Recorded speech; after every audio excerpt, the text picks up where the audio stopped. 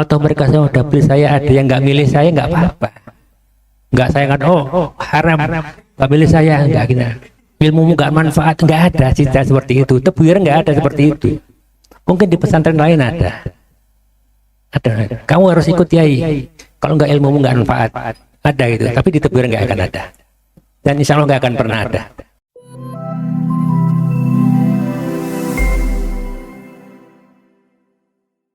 Saya kurang cocok kalau harus derek kiai. Saya kurang cocok. Boleh derek kiai, tapi harus tahu kenapa kiai milih itu. Jangan sekedar, oh kiai ini bilang kesana, ayo kita kesana, jangan. Kiai kesana karena ini. Coba kamu baca, ini itu bener gak sesuai dengan pemikiran. Oh kalau cocok, oh oke kita ikut. Tapi kalau nggak cocok, saya ini mau tak ceritakan ini ya rada gak enak. Tapi saya ini ketemu kiai itu banyak, terutama kiai-kiai politik itu banyak.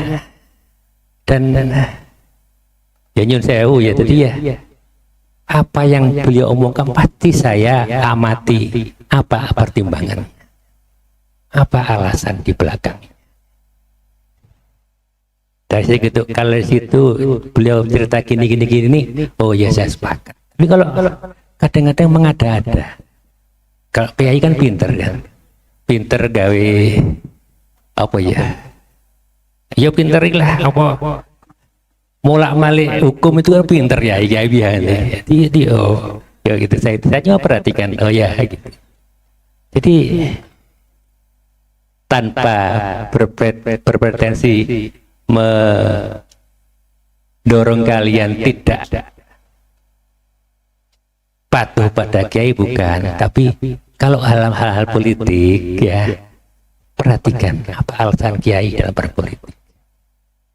Kalau fatwa-fatwa agama insya Allah manut. Kalau hal politik itu ada beda. Kadang kenapa politik itu nggak lepas dari kepentingan. Politik tidak lepas dari kepentingan. Jadi kalian juga harus hati-hati dalam. Kalau sekarang ini kan banyak fatwa-fatwa. Kalau nggak orang NU, kalau nggak milih ini NU-nya diragukan. Ada itu. Ada kan? Ada. Apa lagi ya? Seorang Islam ini, orang Islam kok milih iku? Itu sudah murtad itu. Karena ada saja. Murtadnya itu dari mana? Tolong dipelajari. Oh ya benar murtad, ya udahlah. Aku tak milih. Tapi kalau murtadnya gak jelas itu urusannya apa ya? Ya tidak harus diikuti semua. Jadi ya saya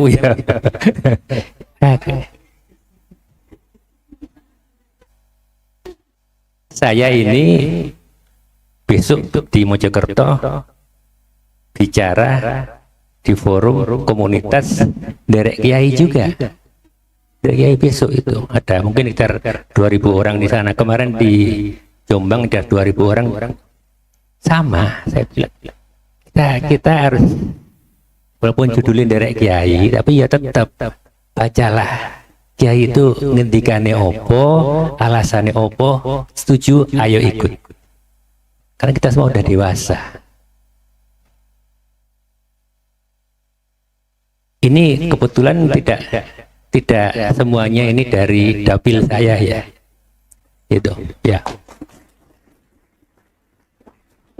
Karena sebenarnya lebih menekankan yang Allah, yang ilmiah saja. Politik itu tadi bisa disebutkan sebagai wasilah. Politik itu wasilah, bukan goyah, bukan tujuan utama. Itu adalah jalan saja. Kalau dalam konteks partai politik, goyahnya tujuan akhirnya itu adalah kesejahteraan bangsa.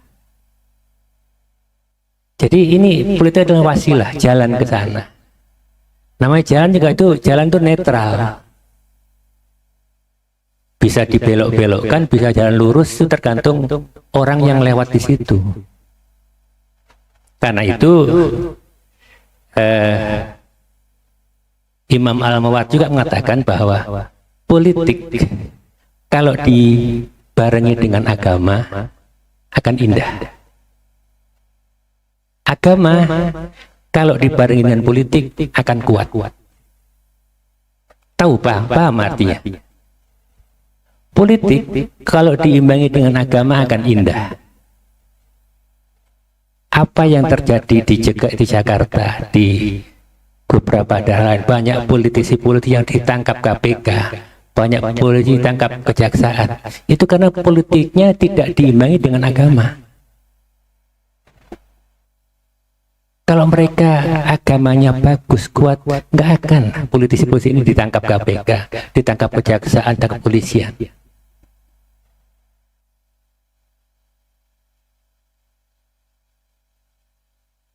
Agama akan kuat kalau dibarengi dengan politik. Apa maksudnya? Belum. Dulu di Surabaya itu ada area lokalisasi pelacuran terbesar di Asia Tenggara. Situ ada banyak mubalek-mubalek yang tiap hari di sana memberikan penceramah. Memang ada sadar 5, datang baru 10, sadar 15, datang baru 10 lagi. Jadi nggak habis-habis. Ada alumni Tebuireng juga tinggal di sana dalam rangka menjadi kiai di sana. Tapi nggak akan pernah habis. Tapi dengan satu tanda tangan politik seorang wali kota, tutup itu. Itulah saya katakan bagaimana agama kalau dibarengi dengan politik itu kuat agama. Dan ini bisa ditarik ke banyak contoh yang lain-lain sekali. Tapi ya seperti itu, politik sekarang di Indonesia memang benar apa yang dikatakan. Siapa tadi? Mel itu merasa bahwa melihat kalau membaca kok sepertinya seperti itu politik itu.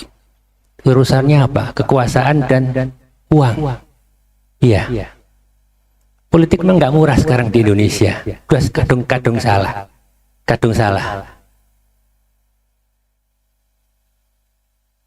Orang untuk menjadi anggota DPRD kabupaten saja 1 miliar nggak cukup. 1 miliar nggak cukup.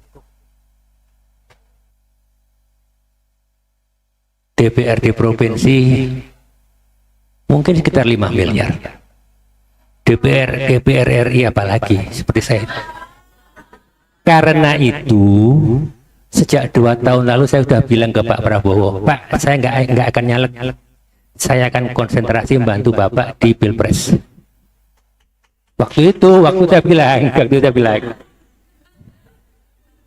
Terus beliau bilang, nanti dulu. Dapat sekian bulan, saya ketemu lagi, nggak boleh. Gus Ipul harus tetap nyala. Pak, saya ini punya uang sedikit, tapi punya uangnya keluarga, tidak akan buat ini. Nanti kita pikirkan. Ada beberapa teman membantu saya dan saya nggak megang, wes. Pokoknya ada yang bantu, tak kasihkan tim urusan gitu aja. Jadi ya sampai hari ini saya nggak mengeluarkan uang.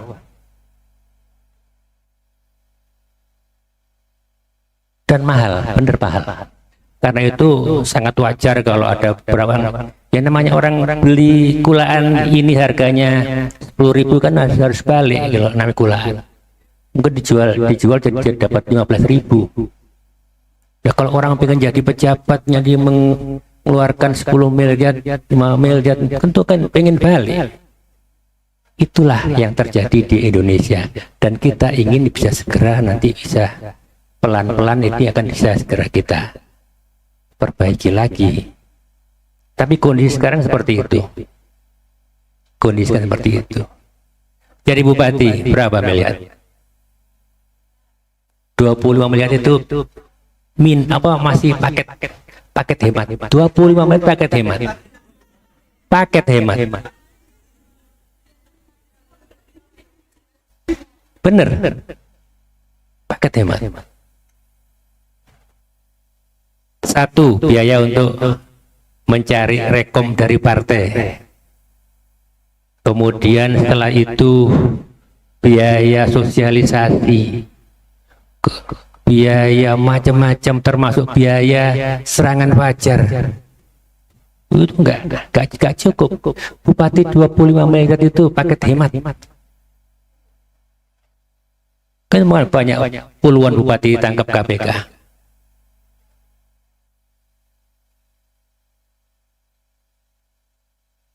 Inilah kondisi kita sekarang ini. Memang seperti itu. Apakah dengan demikian kita harus menghindar dari politik? Kalau kita menghindar ya dibuat bancaan terus sama mereka-mereka itu. Seperti yang terjadi sekarang.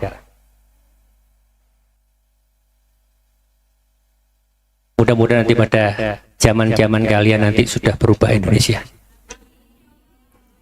Benar-benar memilih orang yang terbaik. Bukan memilih orang yang terkaya.